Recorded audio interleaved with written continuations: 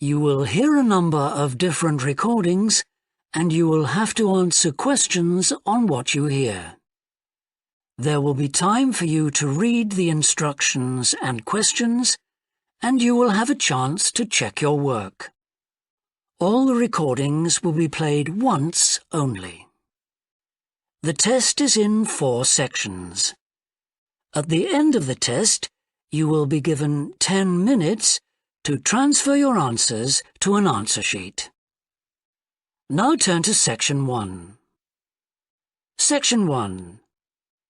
You will hear a conversation between the director of a childcare centre and a parent enrolling her child in the centre. First, you have some time to look at questions 1 to 6.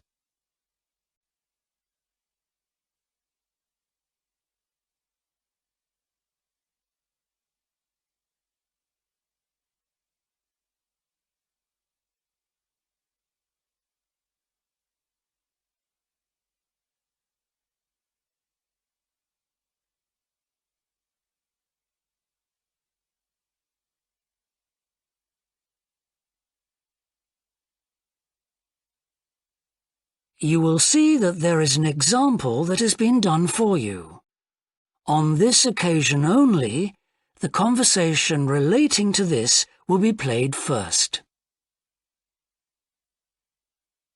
Good morning.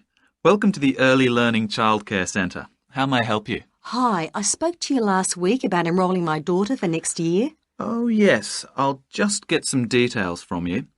So, you're her mother? That's right. And can I have your name? It's Carol Smith. The parent's name is Carol Smith, so Smith has been written in the space. Now we shall begin. You should answer the questions as you listen, because you will not hear the recording a second time. Listen carefully and answer questions 1 to 6. Good morning. Welcome to the Early Learning Childcare Centre. How may I help you? Hi, I spoke to you last week about enrolling my daughter for next year. Oh, yes. I'll just get some details from you. So, you're her mother? That's right. And can I have your name? It's Carol Smith. And your daughter's name? It's Kate. Now, we have several groups at the centre and we cater for children from 3 to 5 years old. How old is your daughter? She's 3 now, but she turns 4 next month. I'll put 4 down because that's how old she'll be when she starts. Fine. She's so excited about her birthday and coming to the centre. Oh, that's good to hear. And what's your address? It's 46 Wombat Road. That's W-O-M-B-A-T. Woodside 4032. And what's the phone number? Oh, it's 3345 9865. So, have you decided on the days you would like to bring your daughter here? I'd prefer Monday and Wednesday if possible. I'll check. Monday's fine, but I think the centre is already full for Wednesday. Yes. Sorry, it seems to be a very popular day. We can offer you a Thursday or a Friday as well. Oh dear. I suppose Thursday would be all right because she has swimming on Friday. OK, got that. Because a lot of parents work, we do offer flexible start and finish times. We're open from 7:30 in the morning until 6 o'clock at night. What time would you like your daughter to start? I need to get to work in the city by 9, so I'll drop her off at 8:30. You're pretty close to the city here, so that should give me plenty of time to get there. That's fine. Now, we also need to decide which group she'll be in. We have 2 different groups and they're divided up according to age. There's the green group, which is for 3 to 4-year-olds, and then there's the red group, which is for 4 to 5-year-olds. She's quite mature for her age and she can already write her name and read a little. Well, I'll put her in the red group and we can always change her to the green one if there are any problems. That sounds fine. OK, let's move on to meals. We can provide breakfast, lunch and dinner. As she's finishing pretty early, she won't need dinner. Will you give her breakfast before she comes? Yes, she'll only need lunch. Before you hear the rest of the conversation, you have some time to look at questions 7 to 10.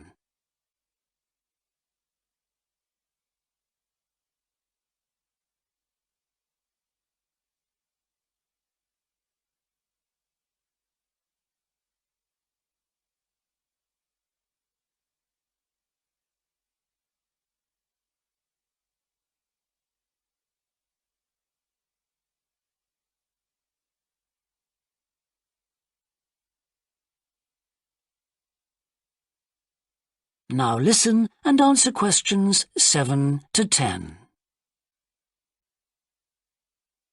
Now, does she have any medical conditions we need to know about? Does she have asthma or any hearing problems, for example? No, but she does need to wear glasses. Oh, I'll make a note of that. Yeah, she's pretty good about wearing them. She can't see much without them. Right. OK. Now, I also need emergency contact details. So what sort of information do you need?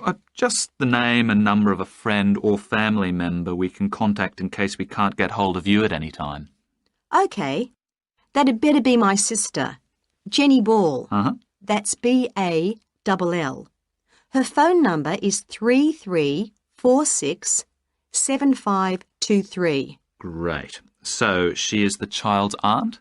Yes, that's right. I'll make a note of that as well. Now, is there anything you'd like to ask? What about payment? How much are the fees each term? Well, for 2 days and the hours you've chosen, that will be $450 altogether. OK, and do I have to pay that now? No, we send out invoices once the children start at the centre.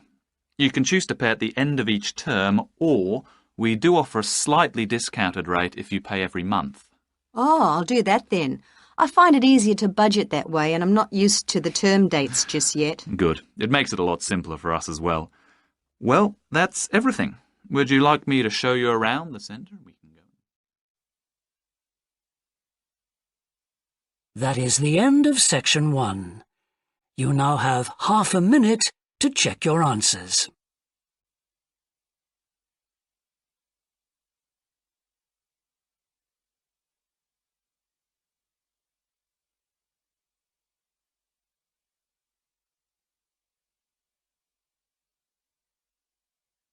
To section 2.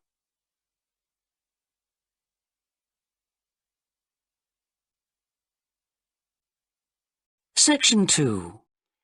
You will hear a woman called Alice Bustle talking on the radio about the Dolphin Conservation Trust, an organisation which tries to protect dolphins. First, you have some time to look at questions 11 to 15.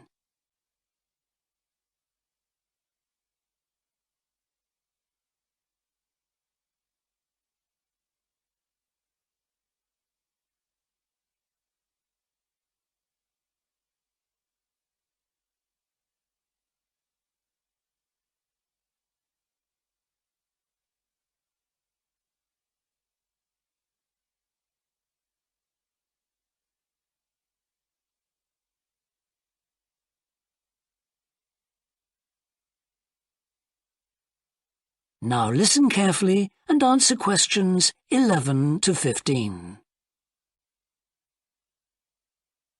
Today we're pleased to have on the show Alice Bustle from the Dolphin Conservation Trust. Tell us about the trust, Alice. Well, obviously its purpose is to protect dolphins in seas all around the world. It tries to raise people's awareness of the problems these marine creatures are suffering because of pollution and other threats. It started 10 years ago and it's one of the fastest growing animal charities in the country, although it's still fairly small compared with the big players in animal protection. We're particularly proud of the work we do in education. Last year, we visited a huge number of schools in different parts of the country, going round to talk to children and young people aged from 5 to 18. In fact, about 35% of our members are children. Oh. The charity uses its money to support campaigns, for example, for changes in fishing policy and so forth. It hopes soon to be able to employ its first full-time biologist with dolphin expertise to monitor populations. Of course, many people give their services on a voluntary basis, and we now have volunteers working in observation, office work and other things. I should also tell you about the award we won from the Charity Commission last year for our work in education.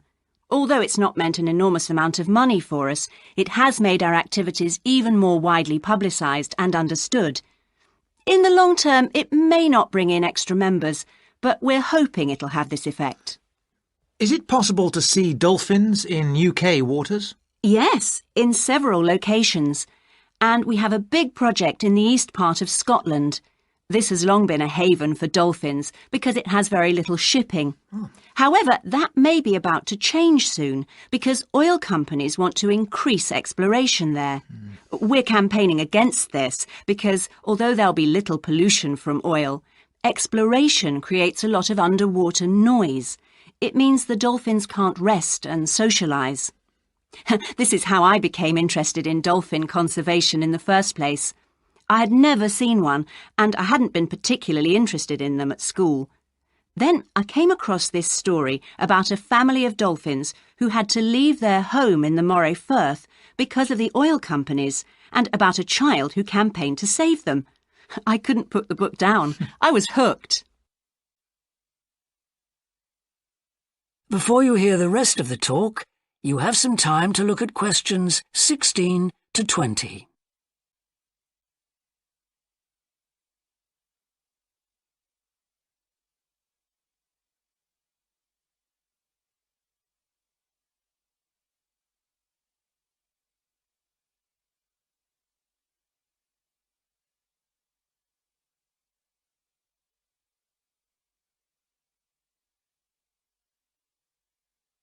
Now listen and answer questions 16 to 20. I'm sure our listeners will want to find out what they can do to help. You mentioned the Adopt a Dolphin scheme. Can you tell us about that? Of course. People can choose one of our dolphins to sponsor. They receive a picture of it and news updates. I'd like to tell you about 4 which are currently being adopted by our members: Moondancer, Echo, Kiwi and Samson. Unfortunately, Echo is being rather elusive this year and hasn't yet been sighted by our observers, but we remain optimistic that he'll be out there soon. All the others have been out in force. Samson and Moondancer are often photographed together, but it's Kiwi who's our real character, as she seems to love coming up close for the cameras, and we've captured her on film hundreds of times. They all have their own personalities. Moondancer is very elegant and curves out and into the water very smoothly, whereas Samson has a lot of energy. He's always leaping out of the water with great vigour. You'd probably expect him to be the youngest. He's not quite. That's Kiwi. But Samson's the latest of our dolphins to be chosen for the scheme. Kiwi makes a lot of noise, so we can often pick her out straight away. Echo and Moondancer are noisy too, but Moondancer's easy to find because she has a particularly large fin on her back, which makes her easy to identify. So, yes, they're all very different. Well, they sound a fascinating group. And how would you go about... That is the end of section 2. You now have half a minute to check your answers.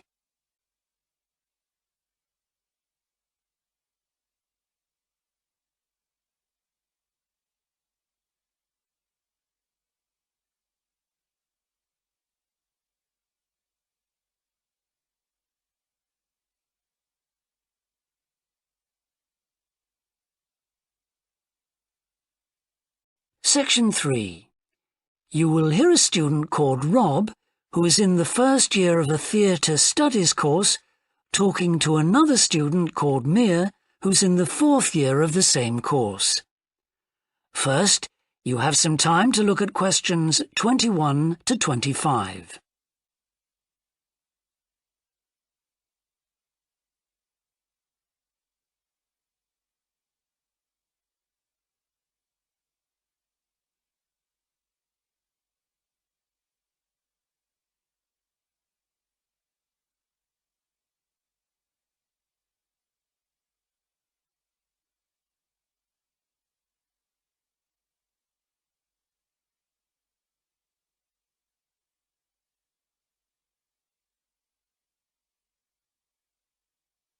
Now listen carefully and answer questions 21 to 25. Hi, Rob. How's the course going? Oh, hi, Mia. Yeah, great. I can't believe the first term's nearly over. I saw your group's performance last night at the student theatre. It was good. Really? Yeah, but now we have to write a report on the whole thing, an in-depth analysis. I don't know where to start. Like, I have to write about the role I played, the doctor, how I developed the character. Well, what was your starting point? My grandfather was a doctor before he retired, and I just based it on him. Okay, but how? Did you talk to him about it? He must have all sorts of stories, but he never says much about his work, even now. He has a sort of authority, though. So, how did you manage to capture that? I'd visualise what he must have been like in the past when he was sitting in his consulting room listening to his patients. Okay, so that's what you explain in your report. Right. Then there's the issue of atmosphere. So in the first scene we needed to know how boring life was in the doctor's village in the 1950s.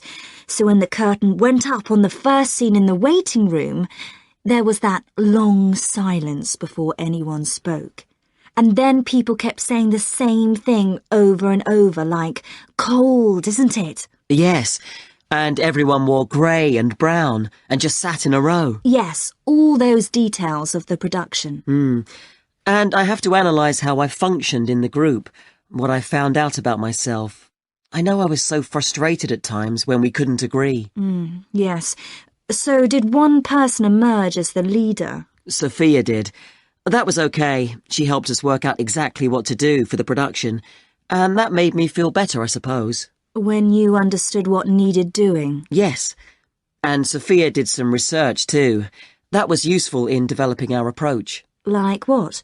Well, she found these articles from the 1950s about how relationships between children and their parents, or between the public and people like bank managers or the police, were shifting. Interesting. And did you have any practical problems to overcome? Well, in the final rehearsal, everything was going fine until the last scene. That's where the doctor's first patient appears on stage on his own. The one in the wheelchair? Yes, and he had this really long speech with the stage all dark except for one spotlight. And then that stuck somehow, so it was shining on the wrong side of the stage. But anyway, we got that fixed, thank goodness. Yes, it was fine on the night. Before you hear the rest of the discussion, you have some time to look at questions 26 to 30.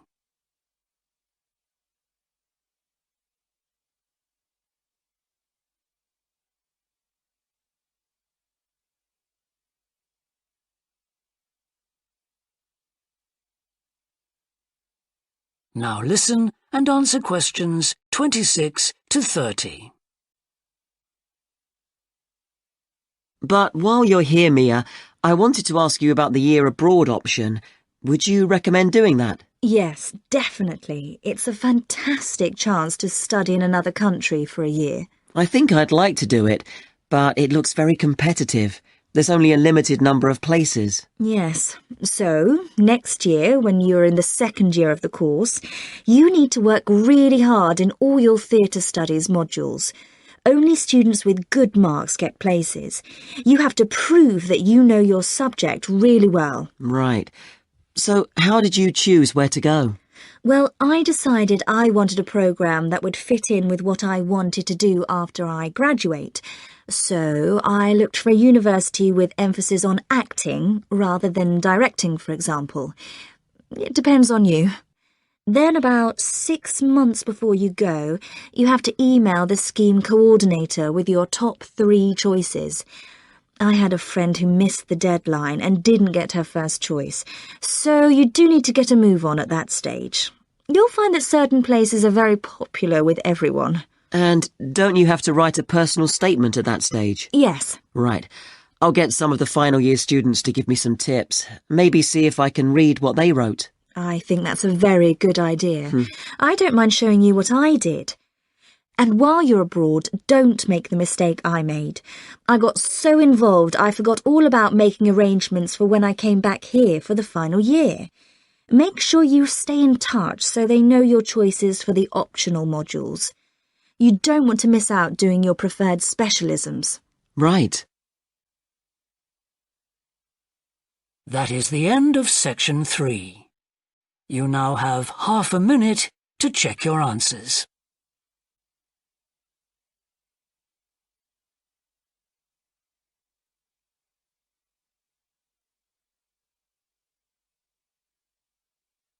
Section 4.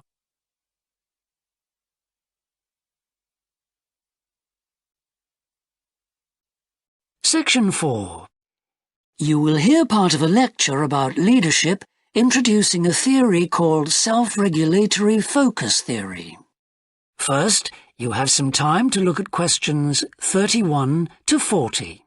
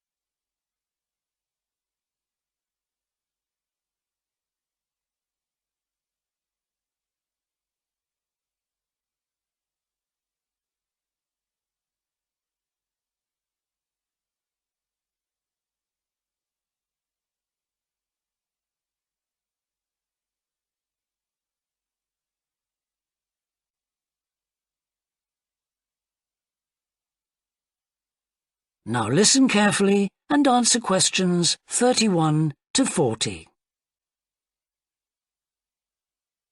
Today, I want to talk about self-regulatory focus theory and how the actions of leaders can affect the way followers approach different situations.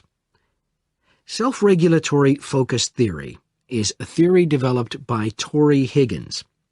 He says that a person's focus at any given time is to either approach pleasure or avoid pain. These are two basic motivations that each and every one of us has, and they cause us to have different kinds of goals. Promotion goals in different life situations emphasize achievement. Prevention goals are oriented towards the avoidance of punishment. In a specific situation, our thoughts might focus more on promotion goals or more on prevention goals. The theory suggests that two factors affect which goals we are focusing on. First, there is a chronic factor. This factor is connected to a person's personality and says that each person has a basic tendency to either focus more on promotion goals or focus more on prevention goals as part of his or her personality. Second, there is a situational factor, which means that the context we are in can make us more likely to focus on one set of goals or the other. For example, we are more likely to be thinking about pleasure and to have promotion goals when we are spending time with a friend. In contrast, if we are working on an important project for our boss, we are more likely to try to avoid making mistakes and therefore have more prevention goals in our mind. Research has shown that the goals we are focusing on at a given time affect the way we think. For example, when focusing on promotion goals, people consider their ideal self, their aspirations and gains. They don't think about what they can lose, so they think in a happier mode.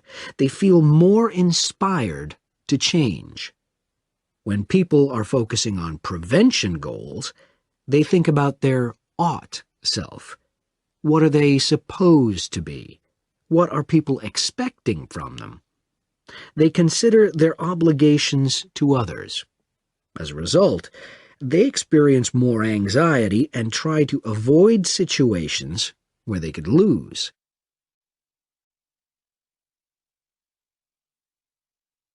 Now that I have talked about the two focuses and how they affect people, I want to look at the idea that the way leaders behave, or their style of leading, can affect the focus that followers adopt in a specific situation.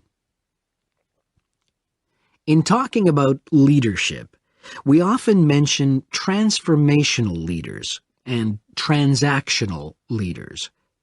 Transformational leaders, when interacting with their followers, focus on their development. In their words and actions, transformational leaders highlight change. Their speech is passionate and conveys a definitive vision. All of these things can encourage followers to think about what could be. In other words, they inspire a promotion focus in their followers.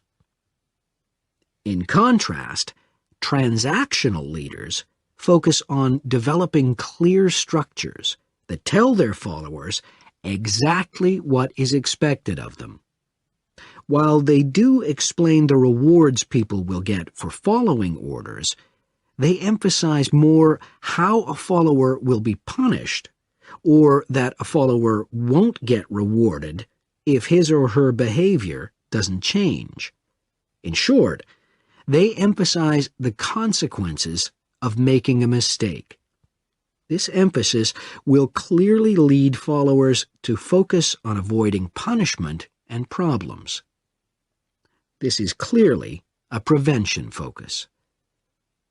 In conclusion, it is important to understand that one focus is not necessarily better than the other one. For a designer who works in a field where a lot of innovation is needed, a promotion focus is probably better. In contrast, a prevention focus, which causes people to work more cautiously and produce higher quality work, might be very appropriate for a job like a surgeon, for example.